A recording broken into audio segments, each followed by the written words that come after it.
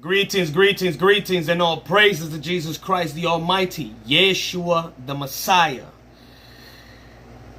There are a lot of people who proclaim to be Christians, but are not truly walking in the faith. They don't even read their Bibles. And you know how I know they don't read their Bibles? Because the fear of God is not in them. You know how I know the fear of God is not in them? Because they fall for false prophecies. Prophecies that are contrary to what the scripture says.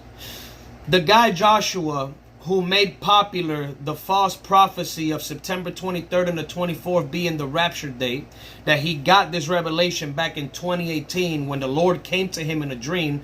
In a dream, obviously, it was Satan who deceived him and told him, Joshua, you are my last arrow in my quiver. You know, you're going to go around the world and proclaim the gospel. Listen, people, let me tell you something. Somebody said that the scary part about the deception this guy is spreading, that he's not even doing signs and wonders yet. Imagine when the Antichrist come doing signs and wonders, how many are going to fall? Those who fall are not truly followers of Christ. Because the Bible tells us that this is going to happen. As a matter of fact, Mark chapter 13, verse 22 says, and 23, for false Christs and false prophets shall rise and shall show signs and wonders to seduce, if it were possible, even the elect. But take ye heed, behold, I have foretold you all these things.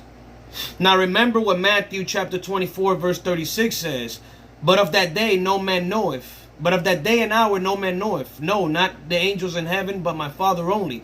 So when you have an obvious false prophet, obviously the most false prophet of all time, I think he beat Muhammad, right? Coming out saying that God gave him the date and this date is final, and then he doubles down after, like, we're on the 26th, and this guy doubled down and said, no, that day is final.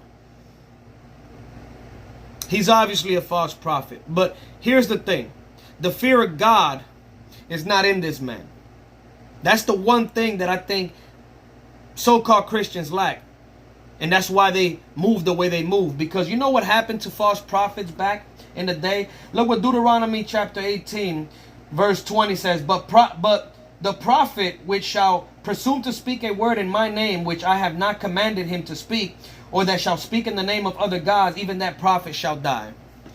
Now, if these people had the fear of God in them and really followed the commandments and were obedient, they wouldn't even dare to speak on God's name.